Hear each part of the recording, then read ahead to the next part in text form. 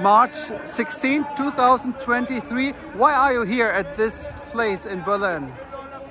Well, they are passing laws in Israel that are basically turning Israel into a totalitarian regime, like a dictatorship. And these laws will cancel out protection of minorities, cancel out what little democracy is left. Where are you from? I was born in Israel, in the north. Since when do you live in Berlin? I've been living in Berlin for 4 years now. So you're holding a sign. May I kindly ask you to read it to us? Yes, don't let a criminal become a dictator. Lasse nicht ein Kriminal ein Diktator werden. Could you just provide some context, please? Well, the Prime Minister Netanyahu was recently elected. He has 3 indictments. There are many cases against him, and 3 indictments as far as I know. At least 3 for breach of trust and for bribery, and what's the third one? Corruption, deceit is the right word, yeah. He's a failed prime minister. He's not actually creating security in Israel. He's only creating more hatred and more racism, and people don't feel safe. The hatred is growing in the country. Hatred and racism, anti-gay laws, strict religious laws are being passed. It's becoming a very scary country to live in, and it's on the verge of a civil war. And what Netanyahu is doing now is actually passing laws that will grant him more power than the Supreme Court. Now, in a democratic country, you need separation between the Supreme Court and between the power of the judicial system and the and the executive authority. Executive, legislative, and juristic. The three powers. And judicial system, and it's being dubbed being called the judicial system reform, but essentially it's giving the government absolute power, which will essentially make Netanyahu impossible to vote out, and his coalition is very extreme. We are slowly seeing how he single-handedly placed terrorists and criminals in power in Israel, and is now using them to slowly disintegrate the police system and the judicial system. That's all that's left is going to be him and his criminal ministers, who have this interest in not having any of these systems functional.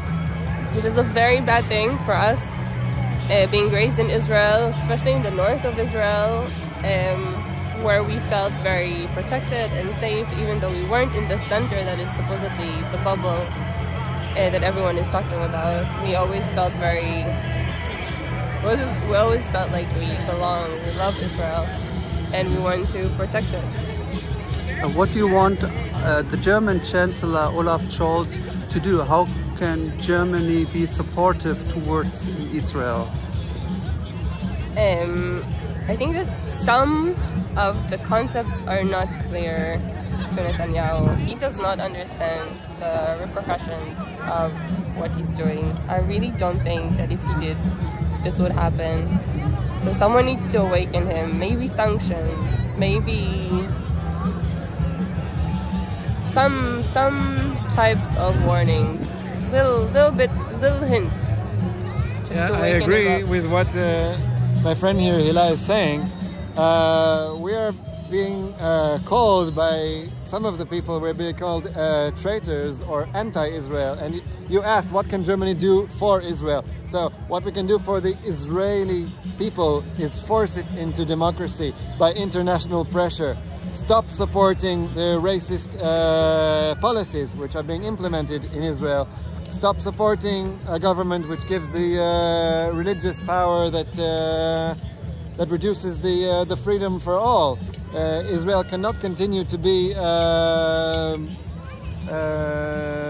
supremacy of people of one race. There has to be democracy also for minorities. And yeah, we need international pressure, and it really depends on the international community, on Germany, on the US, on US Jews. Cannot support Israel blindly, because Israel is doing some really crazy things, some really racist things, and things that are criminal. And Israel might have to be forced out of this. It might cause a civil war. We don't want to see this, but there might have to be a civil war in Israel to sort these problems out. I hope not. We really hope not. Our parents are demonstrating in Israel all the time. There's so much hatred being caused, We and are trying to prevent this. we're trying to prevent We're this. here to prevent that exact escalation. So, Just to waken people up. so you're standing here for democracy and for a peaceful solution. For democracy, for human rights, for civil rights, to start building things instead of destroying them, preserving things, building beautiful things, start talking about peace, start talking about sustainability, and not just keep destroying things and making things worse. Things can be better for Israelis and for Palestinians, and with Netanyahu it seems like the only option is war. The only option is hatred. The only option is us or them, and there cannot be a solution of us or them. Netanyahu gets his power from hatred, from war, and we can't continue this way. Netanyahu might look to the world and say he supports a two-state solution, but he looks to Israel and says that we have to live on our sword, and our only option is war. And we don't believe in that. There's more than half the country that doesn't believe in that. And Israel needs a lot of pressure from around the world. No more blind support. Where are you from? From which part of Israel? I'm also from the north. Thank you so much for talking to me, and I wish you all the best for your country. Thank you very much. Thank you Gerne. for being here.